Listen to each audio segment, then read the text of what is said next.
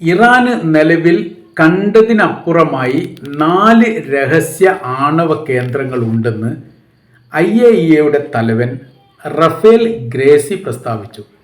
ഈ പ്രസ്താവന പുറത്തു വന്നതോടനുബന്ധിച്ച് ഇസ്രായേലിൻ്റെ പ്രധാനമന്ത്രി ബെഞ്ചമിൻ നെതന്യാഹു അന്താരാഷ്ട്ര തലത്തിലുള്ള രാഷ്ട്രങ്ങൾ ഈ വിഷയത്തിൽ ഇടപെടണമെന്നും ഇറാൻ്റെ ആണവ പരീക്ഷണങ്ങളും പ്രവൃത്തികളും നിർത്തിവെക്കാൻ വേണ്ടി സമ്മർദ്ദം ചെലുത്തണമെന്നും ആവശ്യപ്പെട്ടു.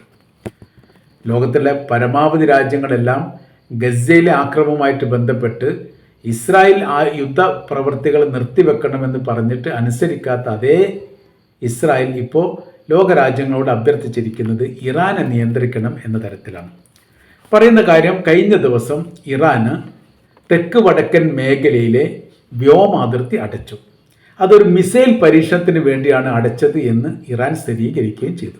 എന്നാൽ ചില പത്രങ്ങൾ അതിൽ നിന്ന് വ്യത്യസ്തമായ ചില റിപ്പോർട്ടുകൾ തയ്യാറാക്കി.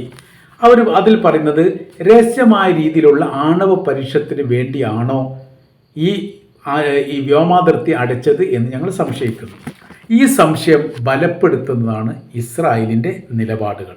ഏതായിരുന്നാലും ഇറാനുമായിട്ട് ബന്ധപ്പെട്ട വിഷയത്തിൽ ഒന്നുകൂടി വിഷയം സങ്കീർണമാവുകയാണ് എന്നാണ് നമ്മൾക്ക് ഈ വിഷയവുമായിട്ട് ബന്ധപ്പെട്ട് മനസ്സിലാക്കാൻ വേണ്ടിയിട്ട് സാധിക്കുന്നത്.